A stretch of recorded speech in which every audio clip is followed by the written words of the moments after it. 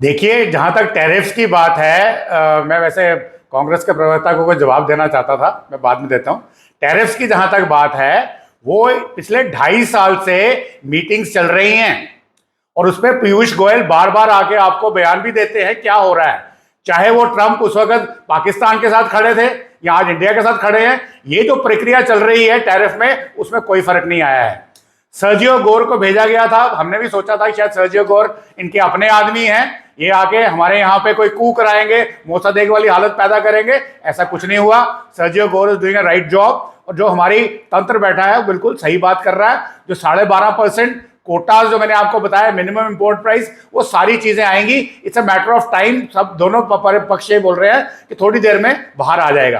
परंतु मैं कांग्रेस के जो नेशनल ऑब्जेक्टिव्स की बात करते हैं, इंटरेस्ट की बात करते हैं, या मैं कुछ थोड़े से 1-2 सवाल पूछना चाहता हूं।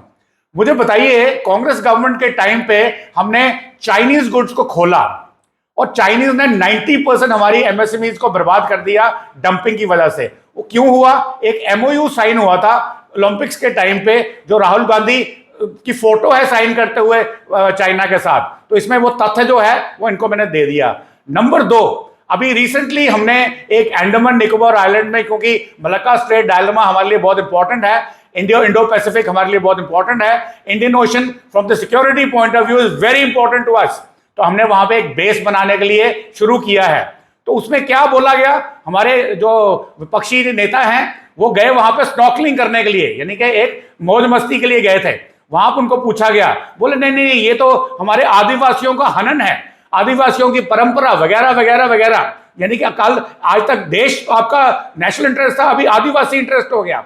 परंतु फिर भी उनको बताया गया कि only 1.87% area has been cleared, और उसमें सारी की सारी जो एनवायरमेंटल इश्यूज हैं, आदिवासियों के इश्यू हैं, everything has been addressed and this is supreme court द्वारा संचालित है, उनकी द्वारा मान्यता है।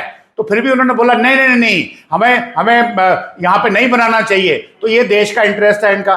तो इस तरीके से कई एग्जांपल्स हैं। इन्होंने पूछा जॉर्ज सोरोस, पेट्रोडा, ये सोशल मीडिया तो बाद में आया भाई साहब, ये तो पहले से चल रहा है। नंबर 1। नंबर 2, जो सोशल मीडिया में है वही जो आपको स्क्रिप्ट दी जाती है वो सोशल मीडिया में भी डालते हैं। ये एक सिस्टम है सोशल मीडिया का, अगर आपको नहीं मालूम हो तो। अभी पता कैसे चला? आपको तथ्य चाहिए। जैसे आपने राम श्रीवास्तव जी को क्वेश्चन किया कि तथ्य दीजिए, मैं कह रहा हूं ये किसने बोला? आपने बोला सुप्रीम कोर्ट, एसआईटी। एक और भी इंपॉर्टेंट चीज होती है, इसको हम बोलते हैं इंटेलिजेंस एजेंसीज। जब इंटेलिजेंस एजेंसीज बताते हैं तो वो भी मानता है। और जिसको अगर आपको उनकी जो तथ्य चाहिए, आप अमेरिका जाइए, सैन पेट्रोडा का लॉस एंजलिस में उन्होंने बनाई हुई है लेबोरेटरी, वहां पे आप लोगों को काम करते हुए देख भी सकते हैं, आप खुद तथ्य देखते हैं। ऐसी कोई बात नहीं है, बट आप वेरीफाई कर सकते हैं।